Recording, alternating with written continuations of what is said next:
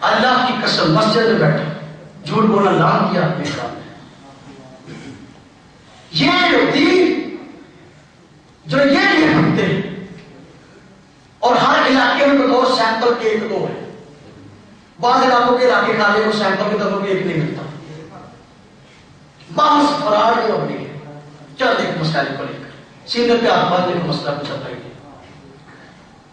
سنن ابو داؤد میں روایت ہے حضرت علی رضی اللہ تعالیٰ عنہ فرماتے ہیں سنت یہ ہے کہ ناک کے نیچے ہاتھ باندھے. سیاست تک کی بات آگے.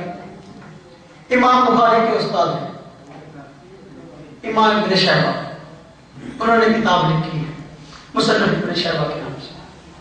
اس میں بھی ناک کے نیچے ہاتھ باندھنے کی حدیث موجود ہے. مسند امام زید کے نام سے کتاب ہے حضرت امام زید کے حضرت حسین کی اولاد میں سے. اس میں ناک کے نیچے ہاتھ باندھنے کی حدیث موجود ہے. اب دیکھو ہماری ناک کے نیچے ہاتھ باندھنے کی حدیث موجود ہے. آج تک ہم ان سے پوچھتے رہے تم جو عورتوں کی طرح سینے پہ ہاتھ باندھتے ہو تمہاری بھی کوئی روایت صحیح شکتا میں موجود ہے؟ ہماری تو سنن ابو داؤد میں روایت موجود ہے صحیح شکتا میں ہے. اپنی تو روایت دکھاؤ. یہ بیچارے میرے ڈیک ہوتے تھے. اب کیا کیا ایک کتاب سنن ابو داؤد انہوں نے شائع کی مکتبہ دارالسلام سے عبد المالک مجاہد نے زبیر بن زید قصاب کے حاشیے کے ساتھ. اس میں اس نے کیا کیا کہ اس کو بڑی مہارت ہے دین کے نام پہ دھوکہ دینے میں. اس نے سنن ابو داؤد کے اندر سینے پہ ہاتھ باندھنے کی حدیث داخل کر. آج تک سینے پہ ہاتھ باندھنے کی حدیث ابو داؤد میں موجود نہیں تھی. اب یہ اس لیے کہ یقین ہوتے تھے ہم کہتے ہیں کوئی مطالبہ ہے ہمارا سیاست سینے پہ ہاتھ باندھنے کی حدیث دکھاؤ. شرمندہ ہوتے تھے. شرمندگی کو اس نے اتار دیا اور کذاب جھوٹے آدمی نے حدیث اس کے اندر داخل کر دیا. کہتے ہیں ریٹا نہیں ثبوت ہمارے سامنے. تو آدمی کہے گا وہ کہتا ہے دارالسلام کی صحیح سنن ابو داؤد آپ اٹھا لو سنن ابو داؤد کی طرف کوئی روایت مل جائے نہیں ملتی ہمارے پاس فیصلہ آباد لائبریری میں آؤ ہم آپ کو دکھاتے ہیں. ان کے مطلب دے دیتے ہیں یہ کتاب ہے کیا اس میں سینے پہ ہاتھ باندھنے کی حدیث ہے کہ نہیں ہے. اور دنیا کی جتنی کتابیں آج تک چھپتی رہی اس میں ہے. خود انہوں نے کتاب چھپی محبت دوسیا نہیں. عمر ابن عبد المنعم کہتے ہیں ہمارے محقق عالم گزرے ہیں اس نے کتاب لکھی عبادات کی بدعات کا ہے اور اس نے بدعتوں کو جمع کیا وہ بدعتیں آج کے دور میں کون کون سی ہیں. بدعتوں میں سے ایک وجہ سے یہ گنائی ہے جس طرح جمعے کی ہماری اذان پہلے ہوتی ہے نا یہ نہیں دیتے. اس نے کہا جو نہیں دیتے وہ بدعتی ہیں. ٹھیک ہے نا شیعہ بھی نہیں دیتے. ایک اور مسئلہ ہو گیا ان کے ساتھ ان کبھی سے چڑھے. ایک دن اس نے یہ گنائی ہے زیر ناف ہاتھ باندھنے سے انکار کرنا. جو آدمی کہے کہ ناف کے نیچے ہاتھ باندھنا ثابت نہیں اس کا انکار کرے وہ بدعتی. اس نے سینے پہ ہاتھ باندھنے کی اتنی فیکٹیں سب کو نقل کیا اور کہا یہ ساری ضعیف ہے ساری ضعیف. سمجھ آ گئی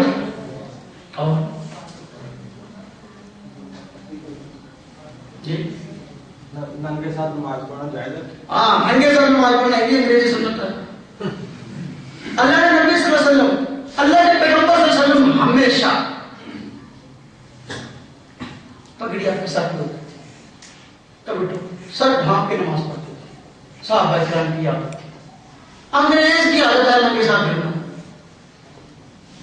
یا میں اسے الفاظ میں کہوں تو بے جانا ہوگا یہ بوجھ ہے.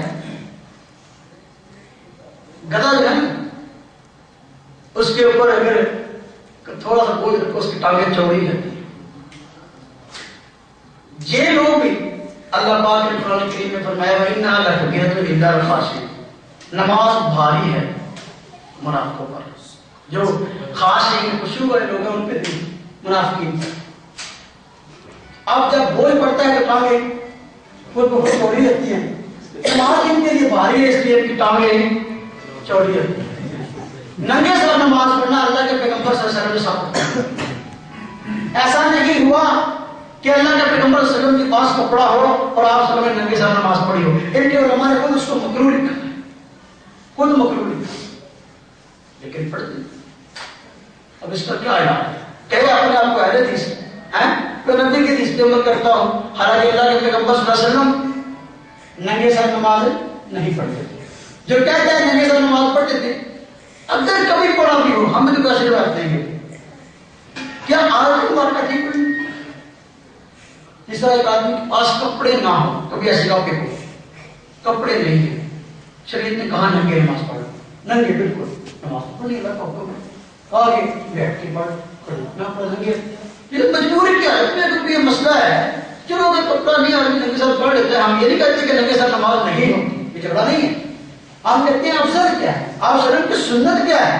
ایک آدمی جان بوجھ کے سنت کو چھوڑتا اس پر کیا کرے. بخاری شریف میں خود روایت ہے کہ صحابہ کرام صلی اللہ علیہ وسلم جو ہے نماز پڑھتے صحابے پکڑے ہو گئے. بخاری شریف کو جب ہم مسئلہ پیش کریں تو بخار چڑھتا ہے. بخاری شریف میں روایت ہے حضرت عبداللہ بن عمر رضی اللہ تعالیٰ عنہ اپنی داڑھی کا خط بنواتے تھے، یعنی ایک منہ سے زیادہ داڑھی جو روشنی کرتے تھے، پھر کہتے ہیں جہاں تک جاتی ہے جانے دو. بخاری شریف میں روایت ہے. آپ دیکھو جو آدمی کہتے ہیں میں بخاری نہیں مانتا ہوں، اس کو چاہیے تھا کہ اس پہ عمل کر دیتا، حدیث تھی، لیکن اس نے کیا کیا؟ کہتا ہے نہیں مانتا اور خود کہتا اور طرح نظر کیا یہ فتاوی سلفیہ اسماعیل سلفی کا چھپ کیا ہے. یہ ایک بہت بڑا ہے فتاوی سلفیہ. اس کے اندر لکھا ہے حضرت عبداللہ ابن عمر کا یہ امر خلاف سنت ہے. اب نبی کو کہتے ہیں یہ غلط ہے، صحابی کو کہتے ہیں یہ غلط ہے، لیکن آپ ماشاءاللہ یہ آپ زمزم آ کیا ہے، یہ آپ زمزم سے نہا کے ہے. اس کا کام ہر ایک نہیں صحیح ہے. یہ کھڑے ہو کے پیشاب کرے اور کہے 70 بیماریوں کا علاج ہے، یہ ٹھیک ہے. یہ کہے کہ ایک گلاس پانی میں بچہ پیشاب کر دے نبازی کو پی لو، یہ ٹھیک ہے. اس کے مسئلے سارے نہیں ہیں. صحابی جو کہے اس کی غلط. اور جوتے پہن کر نمازی میں ایسا ہو جائے اگر گندا ہے، گندگی لگی ہے، پھر نہیں، پھر تو نہیں. آپ صلی اللہ علیہ وسلم کے متعلق آتا ہے کہ آپ صلی اللہ علیہ وسلم جب شروع نماز فرض ہوئی ہے تو اس وقت جوتے پہن کے آپ سے نماز پڑھتے ہیں. اس طرح کے اہتمام اس وقت تو نہیں ہوتے ہیں، اس طرح گرمیاں ہیں، اس ساری چیزیں ہیں. تو آپ کی نماز کے اندر جوتا اتار دیے، صحابہ نے اتار دیا. آپ صلی اللہ علیہ وسلم نے پوچھا صحابہ کرام سے سلام کے بعد کہ تم نے جوتا اتار دیا، اس کی کیا وجہ؟ آپ صلی اللہ علیہ وسلم صحابہ نے کہا جی آپ نے اتار دیا. آپ نے مجھ کو جبریل نے بتایا تھا کہ تمہاری جوتی پہ گندگی لگی ہے، میں نے اس لیے اتار دیا. معلوم ہوا کہ جوتے پہ گندگی ہو، جوتا جذبات ہو، اگر وہی جوتا ہم بیت الخلاء میں ٹوائلٹ میں لے کے جاتے ہیں پھر وہ جھوٹا ہے، پھر جو ہے اس کو سائڈ کھڑا ہو. اگر تسلی ہے ہمیں کہ بھئی وہ پاک نہیں ہے.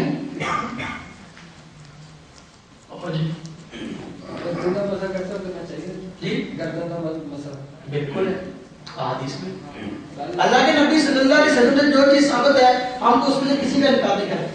اپنی مرضی کا نام دین نہیں، اپنی مرضی کا نام دین نہیں ہے.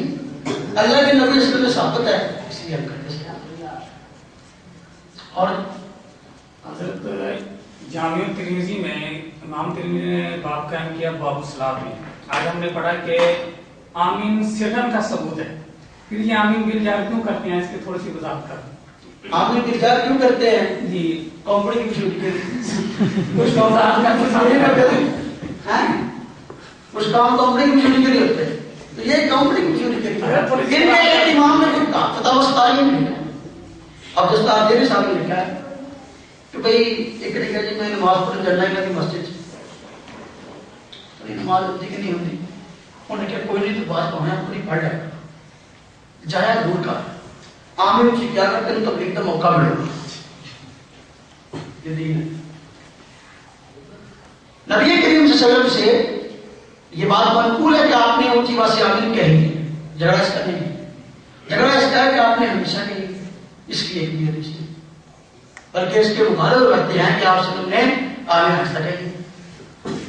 کثیر بنتے ہیں اور قرآن کریم کا خود حکم ہے. حضرت بخاری سے روایت دفعہ پڑھتے ہیں آمین دعا ہے. آمین کیا دعا کے متعلق اللہ تعالیٰ کو فرماتے ہیں ادعوا ربکم تضرعا وخفیا. جب تم اپنے رب سے دعا کرو آجزی سے کرو اور آہستہ کرو. اس لیے ہم آہستہ کرتے ہیں اللہ کا حکم. لگا حکم ہے ہمارے سے کرتے ہیں. اگر ہم یہ بات کہتا ہوں، میری بات کی نوٹ کرو اور اس کو یاد، اس طرح میں بات ہوں اس طرح یاد کرو. پوری زندگی آپ صلی اللہ علیہ وسلم کے پیچھے کسی صحابی نے آمین اونچی بات سے نہیں کی. پوری زندگی آپ صلی اللہ علیہ وسلم کے پیچھے صحابہ اکرام نے آمین اونچی بات سے نہیں کی. آپ ان کو کہو کہ بھئی تمہارا امام بھی اونچی بات سے کہتا ہے اور تم بھی اونچی بات سے کہتے ہو. ایک حدیث کہو آپ صلی اللہ علیہ وسلم کے پیچھے صحابہ اونچی بات سے کہتے ہیں. ٹھیک ہے نا؟ اب میں اس کی وضاحت کروں. آپ صلی اللہ علیہ وسلم نے آمین اونچی بات سے کہی ہے، لیکن بعد میں ایسا کر چکا ہے. اونچی بات سے کیوں کہی؟ جب نماز فرض ہوئی، نماز پڑھانی شروع کی، اونچی بات سے آمین کہی تاکہ صحابہ کو پتہ چلے کہ آمین یہاں کہنی ہے پر اس طرح کہنے کا. بس جب صحابہ کرام کو مسئلے کا پتہ چل گیا، آپ سے چھوڑنا. اور اس کا ثبوت خود ہے. ان کے ایک مولانا نے کہا کہ سنتیں وہ جو چھوڑ دی گئی، سنتیں وہ جو چھوڑ دی گئی. اب ان میں ایک سنت ہے، ہم کہتے ہیں تم بھی اس کو زندہ کرو، تمہیں نہیں ان کو. کیا اللہ کے نبی صلی اللہ علیہ وسلم سے حدیث میں آتا ہے کہ آپ صلی اللہ علیہ وسلم کبھی کبھار ظہر کی نماز میں قرآن کریم اونچی آواز سے پڑھتے تھے، کبھی کبھار عصر کی نماز میں قرآن کریم اونچی آواز سے پڑھتے تھے. وہ کیوں؟ وہ اس لیے کہ بس آپ کا باہر سے قافلہ آتا مسلمان ہوتا، تو اب اس کو آپ صلی اللہ علیہ وسلم نے نماز سکھانی تھی، نماز پڑھنی کس طرح کا مسلمان، اس کو نماز بنانی. تو مسلمان ہوتا آپ صرف اس کو طریقہ بتاتے کہ نماز انہیں پڑھنی کیسے ہے. بس ہوتا زور کا وقت ہوتا قافلے والے پیچھے کھڑے ہوتے آپ قرآن اونچی آواز سے پڑھ لیں تاکہ جو نئے مسلمان ہوئے ہیں ان کو پتہ چل جائے کہ نماز میں یہ اس طرح چیزیں پڑھنی ہیں. اب کوئی آدمی کہے جی آپ صلی اللہ علیہ وسلم سے حدیث میں آیا ہے کہ آپ نے زور کی نماز میں قرآن اونچی آواز سے پڑھا ہے، تم بھی پڑھا دو. یہی مجبوری نہیں گزر. جس طرح وہ اونچی آواز سے کیا ہے، قرآن پڑھا ہے زور اثر میں، اس طرح آپ سے بتانے کے لیے اونچی آواز سے آمین کی. اگر اونچی آواز سے آمین پر زور ہے تو پھر جس طرح تمہارے انہوں نے کہا سنتے ہوئے چھوڑ دی گئی، اس سنت کو زندہ کرو اور زور اثر میں قرآن اونچی آواز سے پڑھا کرو. پہلے اس سنت تمام کرو، پھر آگے کے نام سوچتے ہیں. اور